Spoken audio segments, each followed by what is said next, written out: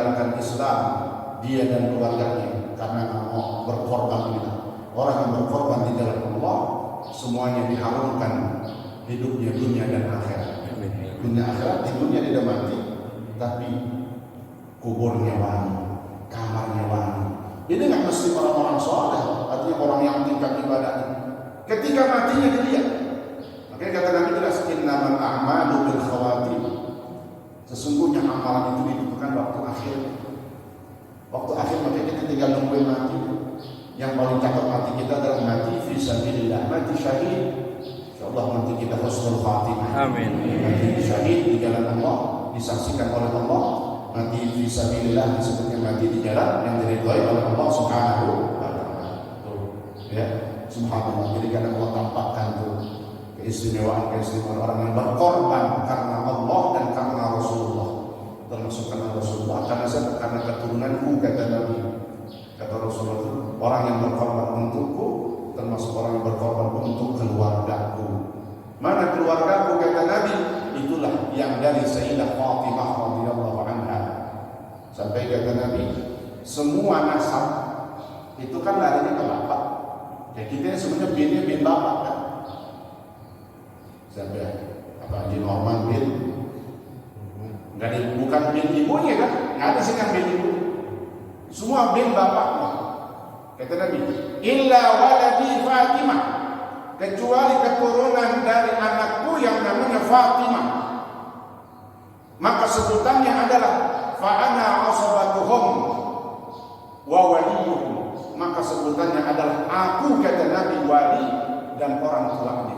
Jadi disebut Sayyidina Hasan dan Husain, cucu Rasulullah sallallahu alaihi wasallam. Ngomongnya begitu.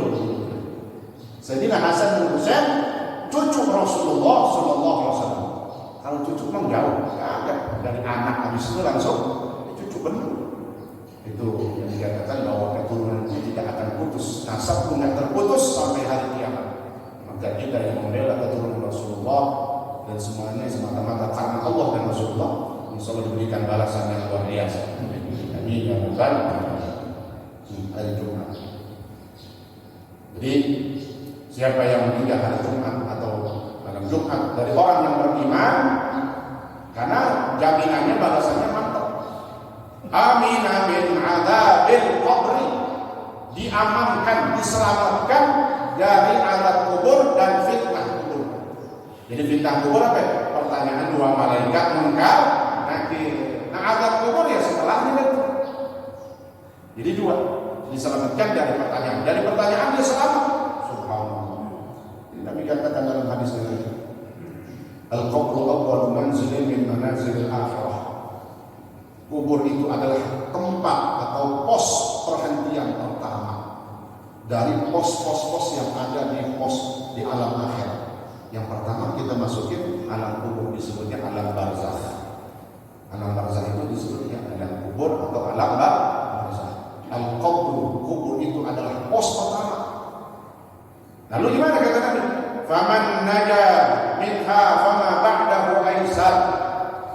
Ini pos pertama, pos penentu. Penentuannya di situ. Jangan dianggap remeh. Apa baru pertama? Justru pertama di sini nih penentuannya. Kata Nabi, barang siapa yang selamat, diamankan dari fitnah kubur, pertanyaan dua malaikat, diamankan, diselamatkan dari siksa kubur. Siapa yang selamat dari kubur, maka kesananya setelahnya lebih mudah, gampang. Kenapa tadi pertanyaan itu luar biasa, malaikat munkar nakir. Nanti secara khusus kita bahas tentang pertanyaan-pertanyaan malaikat munkar nakir panjang lebar. Siapa yang selamat dari azab kubur, dan siapa yang selamat dari kubur, dia bisa jawab pertanyaan malaikat munkar nakir. Dia bisa diselamatkan dari azab kubur, maka perjalanan setelahnya terus masa penantiannya terus sampai pada mahsyar akan lebih mudah. Karena selamat di awalnya untuk menentu. Tapi kalau faman lam yanju fama ba'dahu asyad, siapa yang akan selamat, maka kesananya makin sulit. Di situ udah susah, nggak bisa jawab, disiksa malaikat, udah sulit di situ, maka kesananya makin sulit. Bayangin tuh di padang mahsyar, yaumul hisab, Indal mizan, di waktu ditimbang amalnya, waktu lewatin surat, ya alhamdulillah. Mudah-mudahan Allah berikan kita termasuk dari hamba-hamba Allah Subhanahu wa taala yang bisa selamat dari alam barzakh. Artinya selamat, diberikan keamanan, aman dari siksa kubur, aman dari fitnah dua malaikat munkar dan nakir. Amin ya rabbal alamin. Nah, kata Nabi, dari Jumat menuju Jumat yang akan datang, selama 1 minggu itu seandainya ada dosa-dosa kita, kafarah diampuni oleh Allah Subhanahu wa taala. Tapi kata Nabi ada syaratnya, yang diampuni itu cuma dosa kecil. Artinya dosa kecil. Liman ijtanabal kabair, bagi orang yang menghindar atau menjauh dari dosa besar. Kalau ada dosa-dosa besarnya, maka harus bertaubat dengan benar-benar, kembali kepada Allah, menyesal dan tidak akan mengulanginya. Itu kalau dosa besar. Tapi dari dosa-dosa kecil kita seandainya ada, itu diampuni oleh Allah Subhanahu wa taala. Ini kemuliaan daripada hari Jumat. Dari Jumat 1 menuju Jumat yang setelahnya, masa waktu sepekan itu dihapuskan seluruh dosa-dosa kita. Kafarah. Yang terakhir, wa minas shalah ila shalah. Dari sholat 1 ke sholat setelahnya, sholat fardu maksudnya. Dari zuhur kita ngerjain sholat zuhur, selesai. Habis zuhur apa? Asar. Sampai ke asar. Masuk waktu asar, maka seandainya ada dosa dari zuhur sampai asar tadi, ya, kadang-kadang macam-macam ada yang kita lihat, ngomongin orang yang kita lihat, ya aurat orang atau apa aja. Jadi begitu masuk asar, kemuliaannya waktu sholat fardu, diampuni dosa-dosa kita. Tapi jangan berarti begitu lalu kita sengaja karena asal dosa itu diampuni. Melototin aja tuh paha orang, melototin, lagi melototin mati. Karena kita kadang tahu mati kapan. Itu dia remnya di situ. Jangan cuma lihat jaminannya, tapi lihat mati nih. Kau mau melakukan satu kemaksiatan, ingat mati. Ketika kau mati itu lagi ngapain? Takutnya lagi melotot, silang-silang ya, lagi ya macam-macam dah masih ya. Jangan. Jadi tujuannya supaya kita menghindar. Seandainya namanya manusia kadang-kadang terjadi, dia nggak sengaja ataupun ya dari dosa-dosa yang lain lah. Nah, dengan kemuliaan waktu sholat, dari waktu sholat menuju sholat setelahnya diampuni oleh Allah Subhanahu wa taala. Ini kemuliaan hanya Allah berikan bagi kita umat Nabi Muhammad SAW. Jadi tujuannya supaya dosa kita habis. Sekarang ada lagi, kita minta lagi bertaubat lagi kepada Allah Subhanahu wa taala. Tapi ingat jangan disengaja. Terusin berkata terus. Karena belum kelar hadisnya. Nih orang nanya nih, jadi udah tahu hadis Nabi, dia cuma memastikan. Bahasanya, ya Rasulullah benar kan nih? Dari Jumat menuju Jumat setelahnya itu menghapuskan dosa. Benar kata Nabi. Dari sholat menuju sholat setelahnya dihapuskan dosa-dosa di antara itu. Benar kata Nabi. Jadi nanyain masih itu. Maka kata Nabi, qala Rasulullah sallallahu alaihi wasallam, "Na'am." Iya. Tsumma zada. Dan Nabi tambahin. Orangnya tahunya hadis sampai situ doang. Nabi tambahin tentang kemuliaan hari Jumat. Inilah bagi kita orang-orang yang melaksanakan ibadah sholat Jumat. Apa kata Nabi?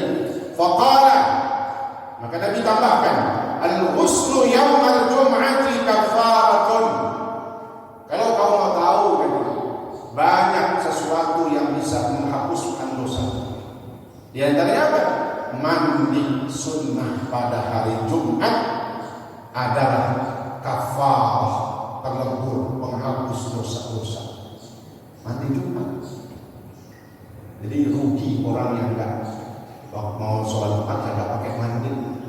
Nah gimana caranya? Mandinya diniatin. Ya, kalau bukan asal bukan mandi doang pada hari Jumat, ada nih niatnya. Nawaitul ghusla, saya niat mandi. Nawaitu, saya niat ghusla mandi li sunnatil Jum'ah. Gitu doang. Saya niat mandi untuk sunnah Jumat, maksudnya mandinya mandi sunnah hari Jumat itu. Nawaitul ghusla li sunnah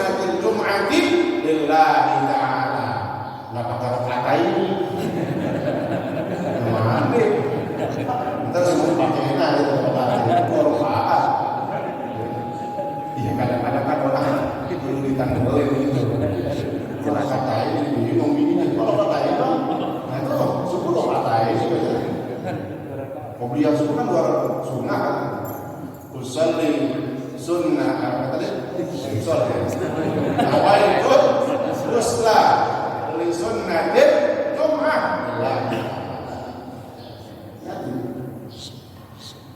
Dan dalam ilmu fikih mandi Jumat, mandi sunnah yang paling tinggi kedudukannya.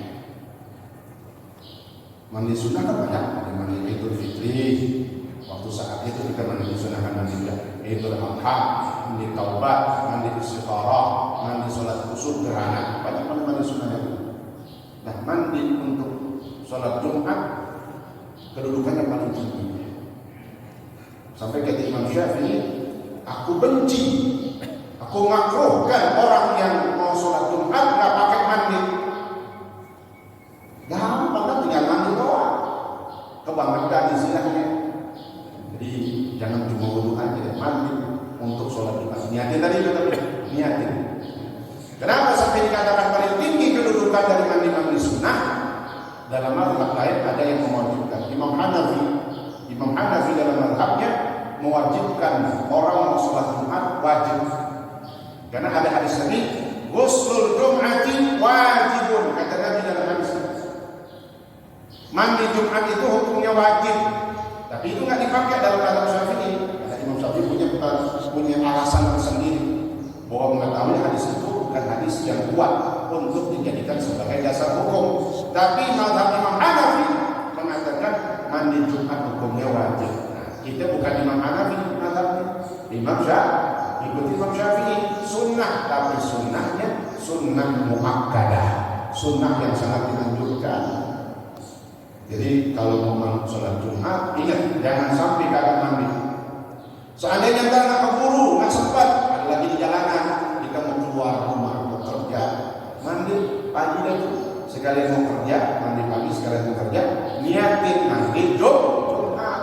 Ntar waktu dari kantor tinggal keluar, tinggal wudhu, mandinya udah sebelum berangkat.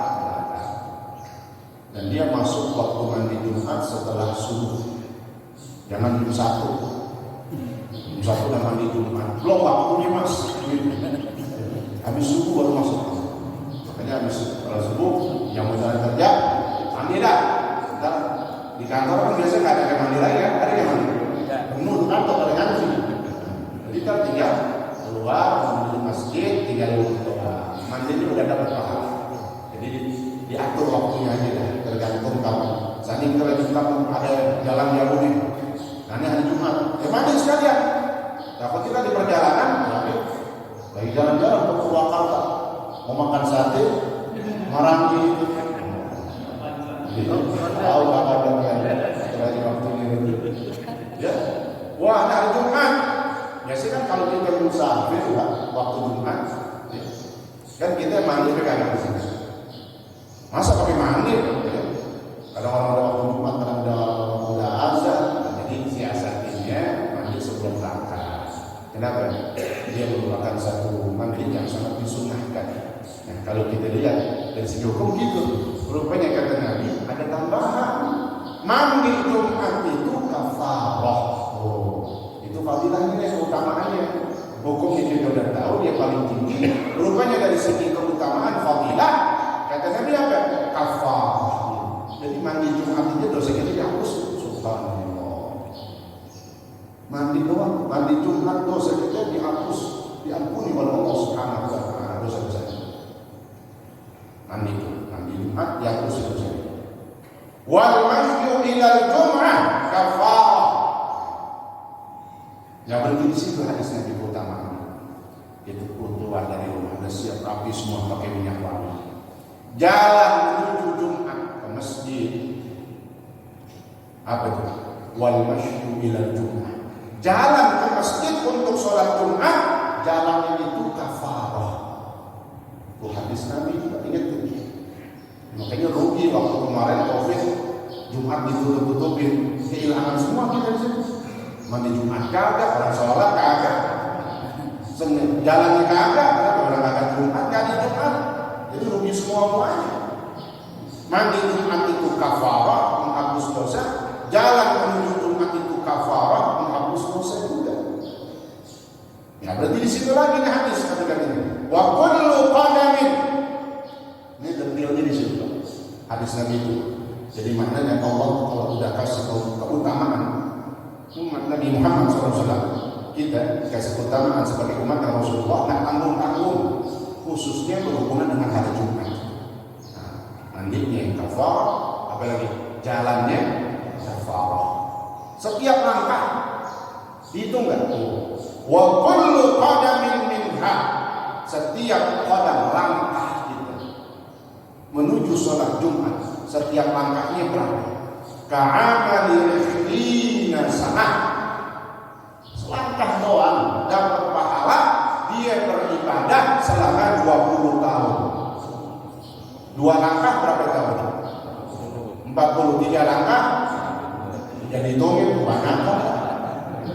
Saking banyaknya juga udah kerjain aja. Jadi kalau mau banyak pahalanya muter. Yang di kamar mana? Kalau cuma di sini jangan langsung nemplok, muter dulu lewat biji dulu. Kan selangkahnya berapa? 20 tahun kata-kata. Kullu qadamin minha, setiap qadam langkah, satu langkahnya ditulis. Ini kemuliaan hari Jumat Pak, bukan hari Jumat. Orang yang sholat Jumat, satu langkahnya ditulis mendapatkan pahala beribadah selama 20 ini. Ini sudah itu 20 bukan 2 tahun, 20 tahun. Ini bukan seperti bukan. Tapi 2 lagi kan seleksi sama banyak banget tuh. Ya pahalanya banyak banget. Beribu-ribu tahun bisa. Ya benar kan? Dicobain lah, muter. Artinya seandainya enggak, selangkahnya itu luar biasa. Apalagi enggak? Terakhir, fa'idza qara minal jum'ah. Dari awal itu udah dikasih semua sama Allah. Subhanallah. Kafarah sampai setiap langkahnya itu tulis 20 tahun ibadah. Maka apabila selesai dia melaksanakan sholat Jumat kelar, dibayar cash sama Allah Subhanahu wa taala. Ujizah, diberikan balasan pahala seperti orang ibadah 200 tahun. Ujizah bi'amali mi'atai sanah. Jadi setiap langkah beda lagi. Di akhirnya bonus, namanya bonus beda. Yang bonus ini kelar Jumat dikasih berapa? Pahala. Malaikat itu kalau ngomongin begini, malaikat disuruh Allah, malaikatku, kata orang yang selesai sholat Jumat, pahala dia mendapatkan pahala seperti beribadah 200 tahun. Kalau dari sini kita nyambung, rupanya benar nanti umat Nabi Muhammad yang mengamalkan ini, maka kualitas umurnya bisa melebihi umat-umat terdahulu yang umurnya ribuan tahun, bukan ratusan lagi. 500 tahun dia, 700 tahun dia. Ada yang ribuan, kalah bisa dengan kita yang umurnya mungkin kalahnya 60, 70, 80, tapi bisa mengalahkan umat terdahulu yang umurnya ribuan tahun. Bayangin, kalau selangkahnya 20 tahun, 2 langkah dan seterusnya hitung sendiri kan. Kayak kalkulator, jempol kalkulator. Saking banyaknya langkah kita. Terakhir dikasih bonus. Ingat ini, setiap kita selesai Jumat dikasih pahala seperti kita beribadah 200. Kalau hidup aja kagak kita. Umur benar, hidup beneran. Tadi kan 200 tahun hidup payah, bongkok, sakit-sakitan mulu, misalnya 200 tahun. Subhanallah. Bersyukur dan bergembira kita jadi umat Nabi Muhammad sallallahu alaihi wasallam yang memberikan ini semua. Mudah-mudahan Allah wafatkan kita dalam keadaan beribadah. Amin. Dan wafatkan kita pada hari Jumat. Dengan jelas. Jumat kan? Jumat besok berarti berapa lagi? Di kapan kita hari Jumat? Yang penting mudah-mudahan panjang umur, sehat walafiat, meninggal pada hari yang dimuliakan Allah, meninggal dalam keadaan husnul khatimah. Amin ya rabbal alamin. Tadi saya mau sampaikan lagi tentang kisah masuk Islam Sayyidina Abu Bakar As-Siddiq. Insyaallah pertemuan yang akan datang dan mudah-mudahan bermanfaat. Berlebihnya saya mohon maaf. Al-Fatihah. Bismillahirrahmanirrahim. Alhamdulillahirabbil alamin. Arrahmanirrahim. Maliki yaumiddin. Iyyaka na'budu wa iyyaka nasta'in. Ihdinas siratal mustaqim. Siratal ladzina an'amta 'alaihim ghairil maghdubi 'alaihim waladdallin. Bismillahirrahmanirrahim. Alhamdulillahirabbil alamin. Allahumma shalli wa sallim wa barik ala sayyidina Muhammad wa ala ali sayyidina Muhammad. Allahumma rabbana fa'alna bima 'allamtana wa 'allimna ma yanfa'una. Zidna 'ilma walhamdulillah 'ala kulli hal wa alhamdulillahirabbil sallallahu ala sayyidina Muhammad wa ala alihi wa sahbihi wa sallam. Alhamdulillahirabbil alamin. Wassalamu alaikum warahmatullahi wabarakatuh.